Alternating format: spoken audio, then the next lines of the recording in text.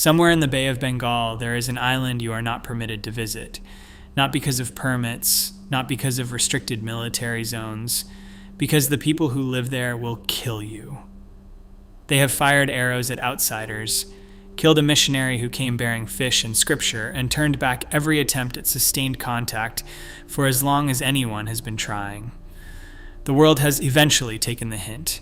No linguist has ever decoded their language. No anthropologist has ever sat inside their homes. And yet science found another way in, not through contact, through DNA. What the genetics reveal does not simply explain one remote tribe clinging to a forested island. It reaches back past agriculture, past bronze, past every civilization that has ever risen and crumbled, and it quietly rewrites the story of how our entire species spread across the planet. Their bloodline came first. North Sentinel Island is small enough to feel like an accident of geography. 60 square kilometers of dense tropical forest rising out of the Bay of Bengal, roughly square, ringed entirely by coral reef that has wrecked more than one vessel that drifted too close. Two peaks push around 120 meters above the sea near the center of the island, which matters more than it sounds. When the tsunami of 2004 moved through the Indian Ocean, that elevation almost certainly saved lives. The island sits some 40 kilometers from the main Andaman chain, close enough to see on a clear day, far enough to remain genuinely, stubbornly separate. From above, it looks like any other forested tropical island. From the water, it looks like somewhere that does not want you. The people who live there have no name we know for themselves.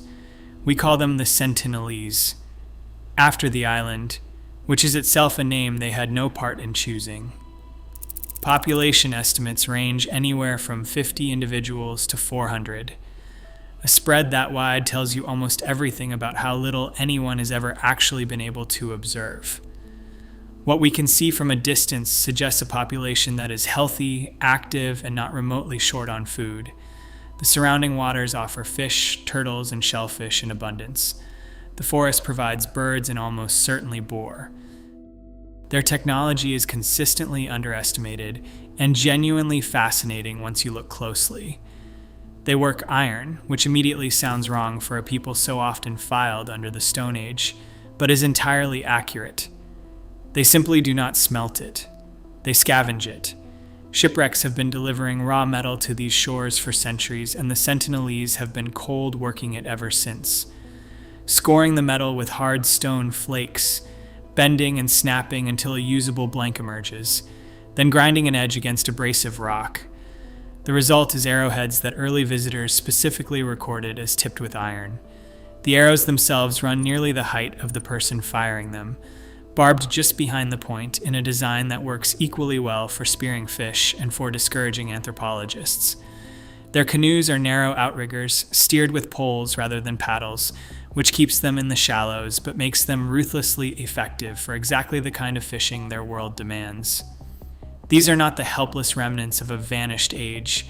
They are a functioning, self-sufficient society that has met every challenge their environment has handed them on their own terms, without assistance from anyone. And physically, they resemble their nearest neighbors in the region. Smaller framed, similar in appearance, easy to file alongside the other peoples of these islands. For generations, observers looked at them and drew the obvious conclusion about who they were and where they came from. The obvious conclusion was wrong. Not slightly wrong, completely wrong. And the thread that unravels it leads somewhere nobody expected. The written history of contact with North Sentinel Island begins the way so many colonial records do, with someone seeing something and wisely deciding not to investigate further. In 1771, an East India Company surveyor named John Ritchie noted fires burning on the shore and simply sailed on. No casualties. Excellent decision-making. It would be nearly a century before anyone felt compelled to do otherwise. In 1867, an Indian merchant vessel called the Nineveh was driven onto the reef by a monsoon. All 86 crew made it to the beach. For 2 days, they survived without incident, apparently unaware of exactly whose beach they had washed up on. On the third morning, they found out. The captain recorded that the attackers came with arrows tipped in iron, which tells you something important.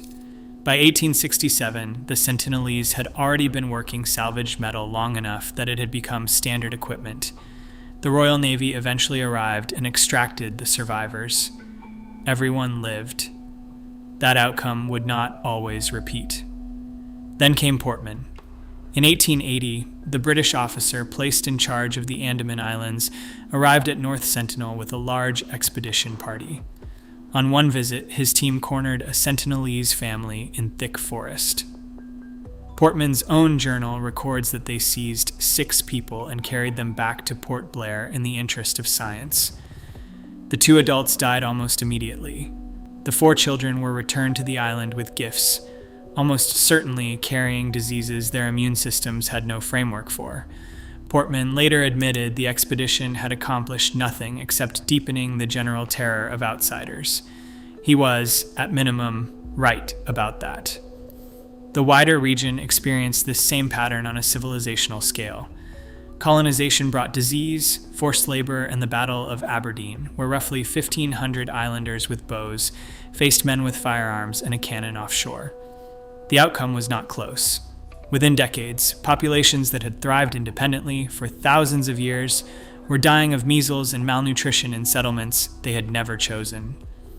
The Sentinelese watched none of this directly, but the island's reputation for hostility hardened through every decade of the 19th century, almost certainly for reasons that made complete sense from where they were standing. In 1896, an escaped convict from Port Blair drifted to the island on a makeshift raft. A search party found him on the beach, dead, filled with arrows. After that, the island was largely left alone for the better part of half a century. The boundary had been drawn. It was not subtle. Every approach told the same story, written in the same unmistakable language. We were here first. We are still here. Do not come closer. And for a long time, that message was treated with the respect it had so plainly earned. The world kept its distance, and the island kept its silence. Until, more than a century later, one young man decided the warning did not apply to him. John Allen Chow was born in Alabama in 1991 and grew up on adventure stories about frontier missionaries and boys befriending native peoples on the edges of the known world. He attended a Christian high school, became an avid outdoorsman, and somewhere along the way developed a specific, consuming obsession with bringing the gospel to isolated tribes. He trained for it deliberately. Wilderness survival courses, studies in linguistic anthropology. He even named Jim Elliot, a missionary killed by a tribal group in Ecuador, as a personal inspiration, which, as far as warning signs go, is fairly unambiguous. He chose North Sentinel Island specifically. In his journal, he described it as Satan's last stronghold. The anthropology courses, it seems, did not include the module on projecting your own theology onto people who have no idea what theology is. In November of 2018, he persuaded local fishermen to carry him toward the island. On the first attempt, he kayaked to shore, met 2 Sentinelese, threw them a fish, and paddled away without being shot. He read this as encouraging. He returned the same day. This time, he tried to repeat their words back to them, and wrote afterward that they burst out laughing, probably, he guessed, cursing or mocking him. It is genuinely the most relatable moment in the entire account. Then a child loosed an arrow directly into the Bible he was holding against his chest. He swam back to the boat. He described this, in writing, as evidence of progress. The following morning, he returned a 3rd time. His final journal entry asks God whether it might be wiser to leave and let someone else continue the work. He concluded that it would not. He wrote a goodbye to his family and asked them not to retrieve his body. The fishermen, watching from a distance, later reported seeing the Sentinelese drag something along the sand and bury it. Several of them were arrested afterward for facilitating his access to the island.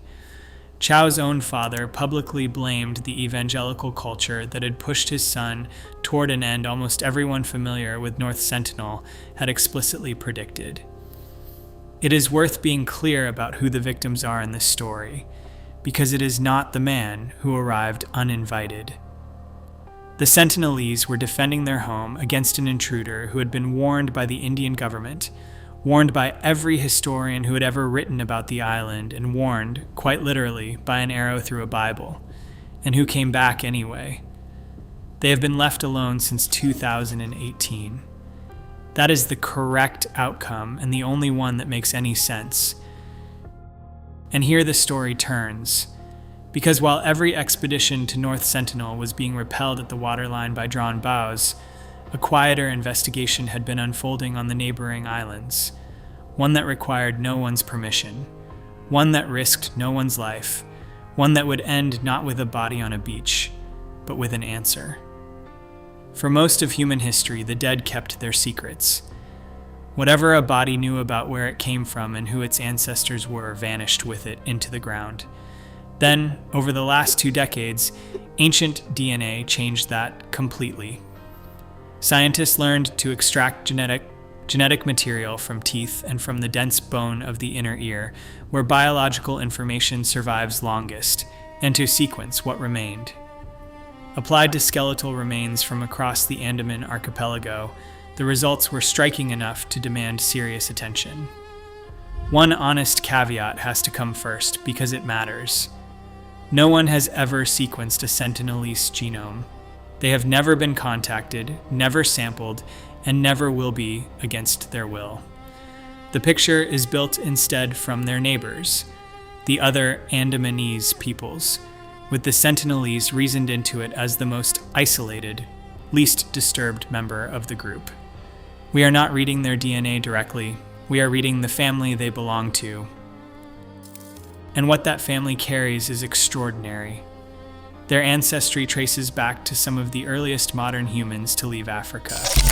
It does not slot neatly into any mainland Asian population. It sits apart, ancient, remarkably intact. Estimates place this lineage on these islands at more than 40,000 years. Sit with that number for a moment. 40,000 years. Predating agriculture, predating bronze, predating every empire, every scripture, every civilization that has ever risen and collapsed while these people went on quietly fishing from outrigger canoes. The bloodline genuinely does come first. The appearance that led generations of observers to draw confident, tidy conclusions about who these people were turns out to be a red herring. Darker skin, certain facial features, the things that made it so easy to file them alongside other populations and move on. Those are adaptations to environment, to intense equatorial sunlight, and they have evolved independently in separated populations all over the world. The look is convergent evolution. The DNA tells an entirely different story. What the eye sees and what the genome records are, in this case, 2 completely different things. And then there is the part that elevates this from a regional curiosity to something close to irreplaceable. That absolute arrow-enforced isolation, the very thing that makes the Sentinelese so impossible to study, is also what makes them so precious. Everywhere else across mainland Asia, the later waves of migration washed over the old populations, absorbing them, replacing them, diluting that ancient signal until it was barely a whisper in the genome. On North Sentinel Island, behind a reef and a wall of drawn bows, it was never diluted at all. The signal that the rest of the world overwrote may survive here more completely than anywhere else on the planet. The people the modern world has spent centuries failing to reach may be carrying the single least replaceable genetic archive in existence, which raises an obvious question. Replaceable for understanding what, exactly? The answer turns out to involve the entire story of our species. To understand why that matters, you have to understand what geneticists have been arguing about for decades. The question is deceptively simple. How did modern humans actually leave Africa and spread across the planet? For most of the 20th century, the dominant model placed the primary route through the Middle East and up into Central Asia. Populations fanning slowly outward across the Eurasian landmass, a gradual settling of the continent over tens of thousands of years. That model is not wrong exactly, but it is incomplete, because the genetics kept pointing towards something that happened earlier, faster, and along a completely different path. The southern coastal dispersal hypothesis proposes that the very first wave of modern humans out of Africa did not march northeast into the continental interior at all. They followed the coastline, moving through the Arabian Peninsula, along the shores of South Asia, through Southeast Asia, island, hopping where the water demanded it, and reaching Australia possibly 65,000 years ago, not gradually conquering a landmass, hugging a coast, living off the sea, moving with a speed the inland route simply could not match. And the Andaman Islands sit directly in the middle of that argument. Their ancestry connects to this early coastal wave in a way that later mainland Asian populations do not. The migrations that eventually filled most of Asia came afterward, moving through different corridors, carrying different genetic signatures, and largely absorbing or replacing whatever the first wave had left behind on the mainland. But the Andaman Islands, sitting offshore, reachable only by water, were bypassed. The people already there simply stayed, and their genome kept the signal that everywhere else was overwritten. The thread runs further still. Ancient DNA from Papuan and Aboriginal Australian populations shows the same deep shared ancestry with the Andamanese. The biological fingerprint of that single early coastal dispersal preserved at opposite ends of its enormous reach. A line running from the Bay of Bengal all the way to the Torres Strait, documenting a migration that left almost no other trace anywhere on Earth, visible now only in the genetics of the people who descend from it. And within that whole scattered network, the Sentinelese represent the most intact surviving node of all. A population that has been sitting on the same islands since before the dispersal was even finished. Never absorbed, never replaced, never diluted by any of the movements that reshaped everyone else on the planet. The arrows that have kept every outsider at a distance for the whole of recorded history have, entirely by accident, preserved something geneticists would otherwise give almost anything to study properly. There is something quietly extraordinary in that. The population the modern world has most consistently failed to contact may be the one carrying the clearest biological memory of how the modern world was built in the first place. The people we know least about may hold the answer to where all of us came from. History occasionally has a genuine sense of irony. The legal framework around North Sentinel Island is, by the grim standards of how indigenous peoples have usually been treated, unusually sensible. India declared the island a tribal reserve in 1956, established a 3 nautical mile exclusion zone, and eventually settled on what officials describe as an eyes-on, hands-off policy. Periodic checks from a safe distance confirm the tribe appears healthy. No landing, no contact attempts, no exceptions. Which the Chow case demonstrated, in the bluntest possible terms, is a rule worth enforcing. The argument for permanent non-contact becomes far more persuasive when you look at what happened to the Andaman peoples who were not shielded by an impenetrable reef and a reflexive hostility to outsiders. The Jarawa and the Onge were brought into sustained contact with the modern world. They were given medicine, settled housing, access to food systems they had not built themselves. The intention was benevolent. The outcome was not.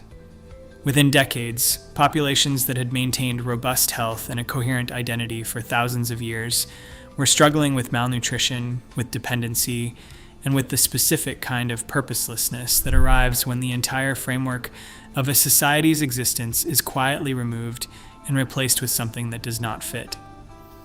Some tour operators running routes near Jarawa territory were accused of organizing what were functionally human safaris, paying tribal members in food to dance for tourists. That sentence should not exist. It does. The Sentinelese, by every observable measure, are thriving. Healthy bodies, consistent evidence of children and of pregnant women. A population sustaining itself comfortably within the carrying capacity of its island. They have everything they need, and they have had it for 40, 1,000 years without a single contribution from the outside world. There is a thought experiment that gets applied to them fairly often. The zoo hypothesis. The idea that an advanced civilization might observe a less developed one from a careful distance, watching closely but never intervening. If some far older intelligence were studying us the way we have tried to study them, what would we want it to do? The Sentinelese have already answered that question on their own behalf, repeatedly, and with impressive range. And this is where the whole story sharpens to a single point.